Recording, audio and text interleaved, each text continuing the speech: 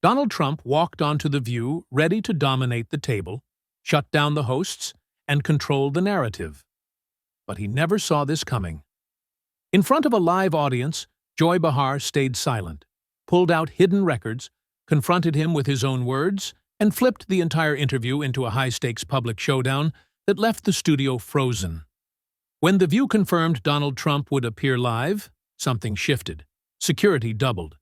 Even the audience line outside the studio felt heavier than usual, like people weren't coming for entertainment, but for a confrontation. Trump walked in with his usual posture, shoulders back, chin up, moving like he owned the space. When he took his seat at the table, he leaned back, crossing one leg slowly, scanning the hosts instead of the audience. From the first seconds, Trump tried to control the rhythm.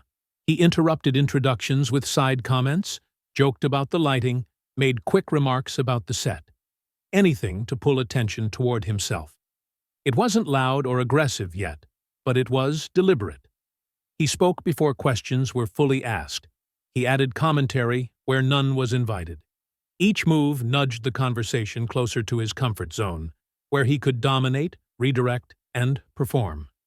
Joy finally leaned slightly forward, just enough to signal the shift. She didn't interrupt him mid-sentence.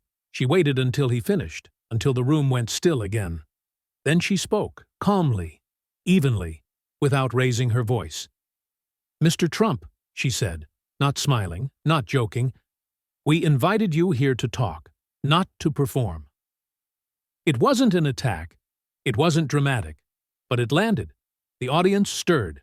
Trump paused for half a second longer than usual, caught off guard by the tone more than the words. Trump didn't wait for Joy to finish setting up the next question. He cut in mid-breath, leaning forward, palms flat on the table, voice already rising. "Let me tell you something before you twist this," he said. "This show survives on my name. Without me, nobody's watching." He launched into a long, unbroken monologue, jumping from media bias to election talk to personal praise of himself, barely pausing for air. Every time Joy tried to guide the conversation back to the topic, he steamrolled right over it, stretching answers into speeches, turning questions into platforms. When Joy mentioned Ivanka again, even briefly, Trump snapped. His tone hardened instantly. "Don't drag my daughter into your little TV drama," he said sharply. "You people love to use her name because it gets clicks. That's disgusting." He pointed across the table, not directly at Joy, but close enough to make the gesture feel personal. "You don't care about truth. You care about headlines. You care about attention." The audience shifted in their seats. A few murmurs rippled through the studio. Trump kept going, louder now, feeding off the tension. "Ivanka has done more in her life than most of the people criticizing her. And you sit here pretending you're some moral authority? Please." Then he turned his fire directly on Joy. "You've been obsessed with me for years," he said, shaking his head. "Every week, it's Trump this, Trump that. It's embarrassing. You built a career attacking me because you don't have anything else left." His voice dropped into a mocking tone. "And let's talk ratings, because I know that's what really matters to you. You invite me on, suddenly everybody's watching again. That's not journalism. That's desperation." The word hung in the air. Desperation. It wasn't just an insult. It was a calculated attempt to humiliate her in front of the audience. Joy didn't interrupt him. She didn't flinch. She didn't defend herself. She sat there, hands folded, eyes locked on him, letting him unload everything he had. The other hosts stayed silent, almost frozen. Trump mistook that silence for weakness. He leaned back in his chair, smirking. "See?" he said, spreading his hands slightly. "Nobody wants to argue with facts." He nodded to himself like he had just delivered a knockout punch. In his mind, the room was his again. He had framed the narrative, attacked the host, defended his family, and dominated the first round. But the energy in the studio told a different story. The audience wasn't cheering. They weren't clapping. They were quiet in that uncomfortable way that means people are paying very close attention. Trump kept talking anyway, trying to stretch the moment, repeating himself, doubling down. "This is what you do," he added. "You invite powerful people on, then pretend to challenge them so you look brave. But everyone sees through it." His voice carried confidence, but underneath it was something sharper, almost frantic, like he needed to keep control at all costs. Joy didn't jump in when Trump finished. She didn't rush to defend herself. She didn't raise her voice or fire back. Instead, she let the silence sit there, heavy and uncomfortable. 5 seconds passed, then 10. Joy finally lifted her eyes, slow and steady, and leaned forward just enough for everyone to notice. Her voice was calm, almost casual, but it cut straight through the tension. "Do you want ratings?" she said, pausing deliberately. "Or do you want the truth?" The audience reacted instantly. A wave of murmurs rolled through the studio. Someone in the back let out a sharp gasp. Even the co-hosts turned their heads toward Joy, surprised by how simple and direct the question was. Trump blinked, clearly not expecting that approach. He opened his mouth to answer, then closed it again, buying time with a tight smile. Joy didn't let him escape the moment. "Because you keep talking about attention," she continued, still calm, still controlled. "But we invited you here to talk about facts, not your feelings about television." That landed harder than shouting ever could. Trump tried to laugh it off, letting out a short, forced chuckle, but it sounded hollow. The audience didn't laugh with him. They were watching him now, not celebrating him. The power in the room shifted subtly, almost invisibly, but everyone could feel it. Trump straightened up, adjusting his jacket like he was resetting himself. He started to respond, but Joy raised one finger slightly, not aggressively, just enough to signal that she wasn't finished. "One clear answer," she said. "Truth or performance?" The silence came back, even heavier this time. Trump nodded slowly, pretending to agree, but his eyes darted sideways, calculating. For the first time since he sat down, he wasn't leading the moment. He was reacting to it. The audience leaned forward in their seats. Phones were up. Heads were tilted toward the table. This wasn't daytime TV anymore. It felt like a pressure test. Trump finally muttered something about telling the truth, but the confidence in his voice was weaker than before.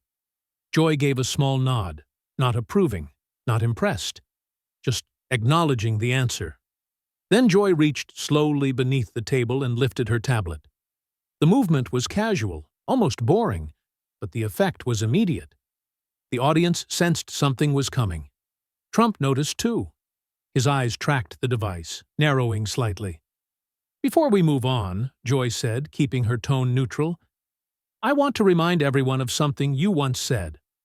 She didn't explain. She didn't frame it. She simply tapped the screen. The studio monitors lit up. An old clip began to play. Trump's younger face filled the screen, smiling, joking, talking about Ivanka in a way that had once been brushed off as harmless banter. At the time, people laughed. Now, in the silence of the studio, it sounded different, awkward, uncomfortable. The audience shifted in their seats. Some covered their mouths. Others shook their heads slowly. Trump stared straight ahead, jaw tightening as the clip played to the end. Joy didn't comment on it. She didn't accuse him of anything. She didn't raise her eyebrows or smirk. She simply looked at him and asked, quietly, "What if it wasn't a joke?" The question hung in the air like a weight. Trump forced a laugh, quick and sharp, the kind that comes out when someone is nervous. "Oh, come on," he said, waving his hand. "That's old. Everyone knows I was kidding." But his voice cracked slightly at the end, and the audience noticed. Joy tilted her head slightly. "Then explain it," she said. "Not with slogans, not with jokes. Just explain it."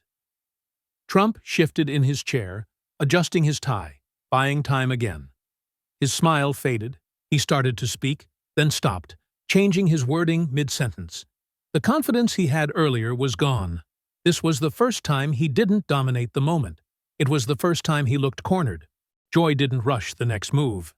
She reached under the table again, this time pulling out a thick envelope, plain brown, no logos, no labels. "This arrived anonymously," she said calmly, holding it up so the cameras could zoom in. The room went dead quiet. Even Trump stopped moving. You could hear the soft hum of the studio lights. Joy opened the envelope slowly, deliberately, like she wanted everyone to understand this wasn't a stunt. Inside were printed medical records, clipped together, edges worn from handling. She placed them flat on the table between herself and Trump, not pushing them toward him, not pulling them back, just letting them exist. "These documents list Ivanka Trump," Joy said evenly, tapping the top page with one finger. "They also list Donald Trump. And they reference a child." She didn't accuse. She didn't raise her voice. She didn't say what it meant. She simply read what was written. The audience froze. Someone gasped loudly in the back row.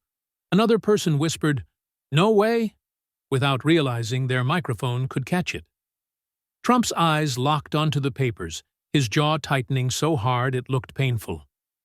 Joy leaned back slightly after placing the documents down, hands open on the table. "I'm not telling anyone what to believe," she said. "I'm putting this in front of you. That's it."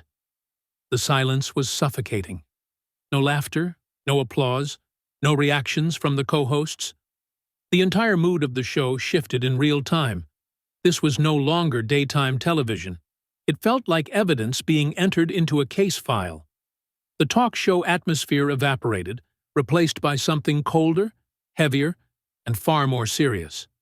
Trump stared at the papers for a moment, then looked up sharply, forcing a tight smile. But it didn't reach his eyes. His foot started bouncing under the table, his hands clenched together. Then Trump exploded out of his chair just enough to lift his back off the seat. "This is fake," he snapped. "This is garbage. You're bringing trash onto national television." His voice was louder now, sharper, more defensive. "You think you can sit there and spread lies about my family? This is disgusting, Joy. Absolutely disgusting." He waved his hand toward the documents without touching them, as if even looking at them made him uncomfortable. "Anyone can print papers. Anyone can make up records. This means nothing." Joy didn't argue. She didn't raise her voice. She didn't defend herself. She simply leaned forward again and asked quietly, "Then why won't you look at them?" The question hit harder than any insult. Trump opened his mouth to respond, but Joy continued without waiting. "If it's fake, walk us through it. What part is wrong?" Trump tried to talk over her. "You're twisting," he started, but Joy kept her tone steady. "Dates? Names? Locations?" she pressed. "Tell us which part doesn't match reality." Trump spoke again, louder this time, cutting in mid-sentence. "This show is obsessed with me." Joy spoke at the same time. Their voices overlapped for the first time. The audience reacted instantly, a wave of noise rippling through the studio. Trump stopped abruptly, realizing what just happened. He had lost his rhythm. He wasn't controlling the pace anymore. He was scrambling to keep up. He leaned back, rubbing his face briefly, trying to reset. "This is ridiculous," he muttered, shaking his head. But the confidence was gone. His words felt rushed now, uneven. Joy didn't attack him. She simply looked at him and waited, letting the silence expose the gap between his anger and his answers. Joy didn't touch the documents again. Instead, she turned slightly to her left and nodded toward the side of the studio. "I want you to meet someone," she said, her voice steady. A quiet door opened behind the cameras, and a man stepped into the light. He wasn't dressed sharply. No suit, no dramatic entrance, just a former Trump Organization employee standing stiffly with his hands clasped in front of him. The audience reacted immediately, whispers spreading across the room like static. Trump's eyes narrowed as he recognized the face. He didn't speak. He didn't smile. He just stared. The man sat down when Joy gestured to the chair beside the table.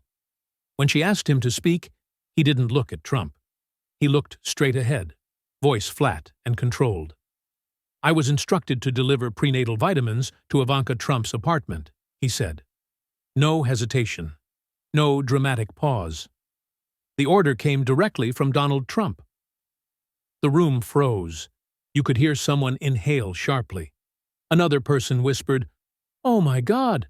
Trump's jaw tightened, his lips pressing together so hard they turned pale. He didn't interrupt.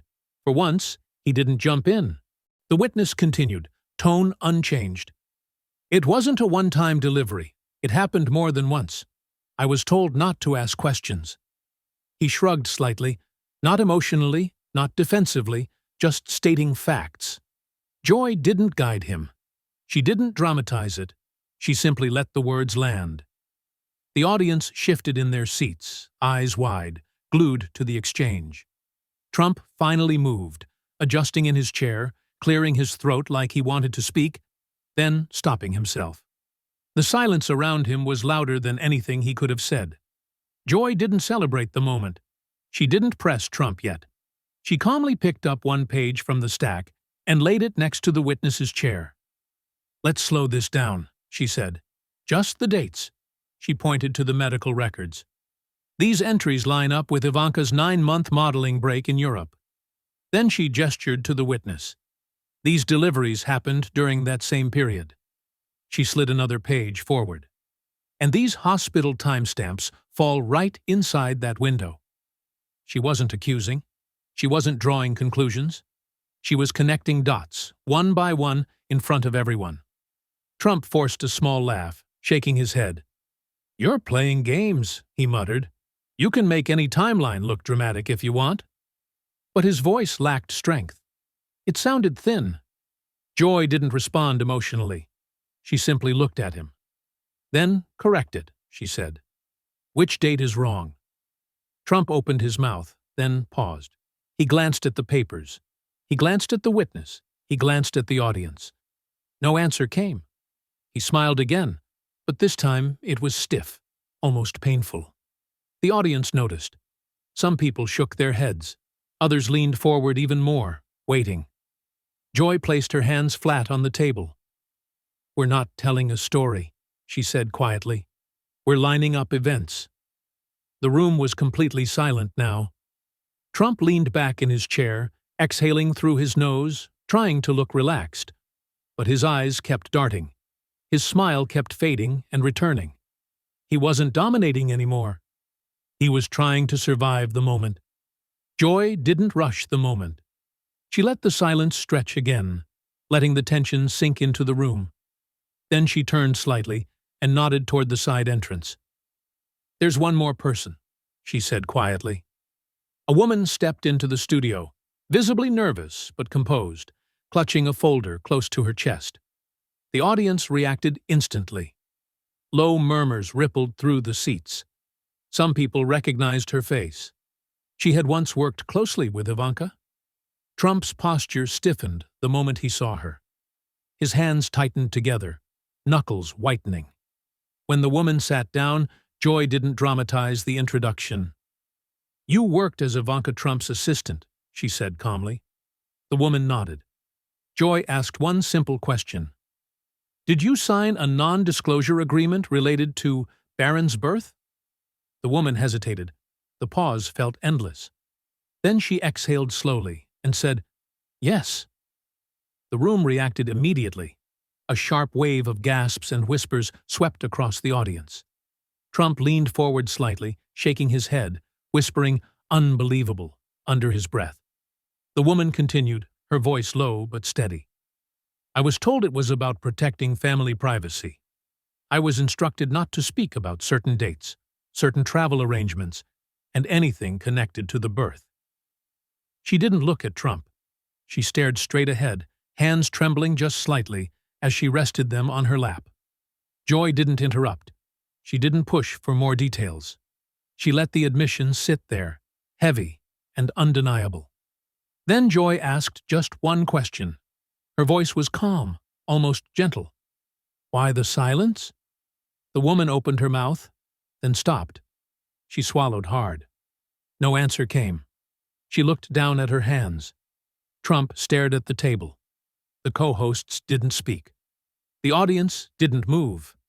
The question hung in the air, unanswered, louder than any accusation. Joy reached for the final folder. This one was thicker, heavier, stamped with foreign markings. "These records come from a private clinic in Switzerland," she said, holding it up so the cameras could zoom in.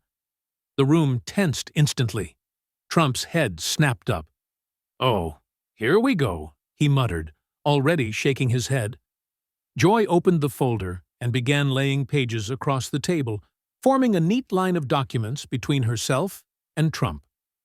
"These files show medical visits under a different name," Joy said evenly. "But the biometric details, travel dates, and supporting records match Ivanka Trump." The audience erupted into shocked murmurs. Someone in the front row whispered, "This is insane." Joy didn't react. She pointed calmly to the dates printed on the pages. "These appointments line up exactly with Ivanka's 9-month absence from public appearances." She slid another page forward. "And these entries align with the same delivery window connected to Barron's birth." Trump slammed his hand lightly against the arm of his chair. "This is fake!" he shouted. "You can't bring foreign garbage onto American television and call it evidence." His voice was louder now, angrier, less controlled. "This is a witch hunt. You're obsessed, all of you." He tried to speak over Joy, his words tumbling out fast and messy. "This is illegal. I'll sue this show. I'll sue you personally." His face was red now. His calm image was gone. Joy didn't raise her voice. She didn't argue. She simply placed her hand flat on the documents. "These dates match," she said quietly. "The locations match. The timeline matches." Trump shouted again, trying to interrupt, but the audience noise drowned him out. People were reacting openly now, gasping, whispering, shaking their heads. The control Trump had fought so hard to maintain was gone. He stood halfway out of his chair, pointing across the table. "This is an ambush," he yelled. "You planned this. You set me up." His voice cracked with anger. Joy looked at him steadily, not flinching. The cameras caught the contrast perfectly. One side calm and controlled, the other visibly unraveling. By the time Trump finally sat back down, breathing hard, the damage was done. The Swiss files sat on the table like a final verdict, waiting to be read. The audience wasn't laughing. They weren't clapping. They were staring. The confrontation had crossed a line. This was no longer speculation, no longer rumor. The story had turned solid, and Trump knew it. Joy didn't rush to speak. She waited until Trump's breathing slowed, until the audience noise faded into uneasy silence, until every camera in the studio had locked onto the table. Then she leaned forward slightly, resting her hands on the stack of papers. Her voice was calm, steady, and precise. "Let's walk through what just happened," she said. "We started with your public comments about Ivanka. Then we showed hospital records. A former employee testified about prenatal deliveries. A close assistant admitted signing an NDA tied to Barron's birth. And now we have clinic files that match the same timeline." She didn't dramatize it. She didn't raise her tone.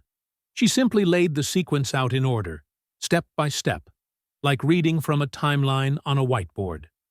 Trump tried to shake his head, whispering lies under his breath, but Joy continued. "Individually, people might dismiss these pieces," she said. "Together, they form a pattern." The room was so quiet, you could hear chairs creak as people adjusted in their seats. Even the co-hosts had stopped moving. Joy finally looked directly at Trump, holding eye contact longer than at any other point in the show. Her voice dropped slightly, not softer, just colder. "If this is all false," she said, pausing long enough for the words to settle, "show us the truth." No one spoke. Not Trump, not the co-hosts, not the audience. It wasn't an awkward silence. It was total stillness.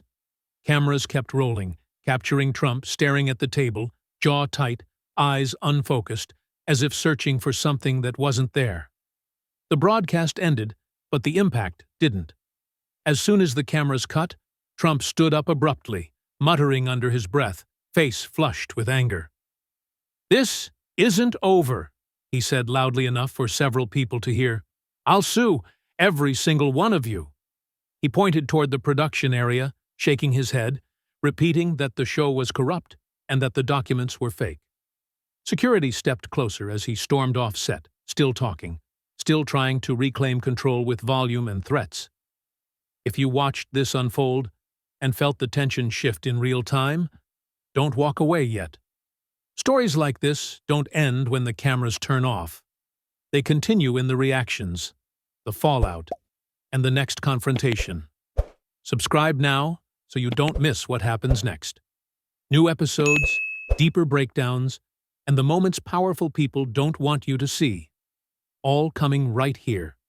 Hit subscribe, turn on notifications, and stay with us as the story keeps unfolding.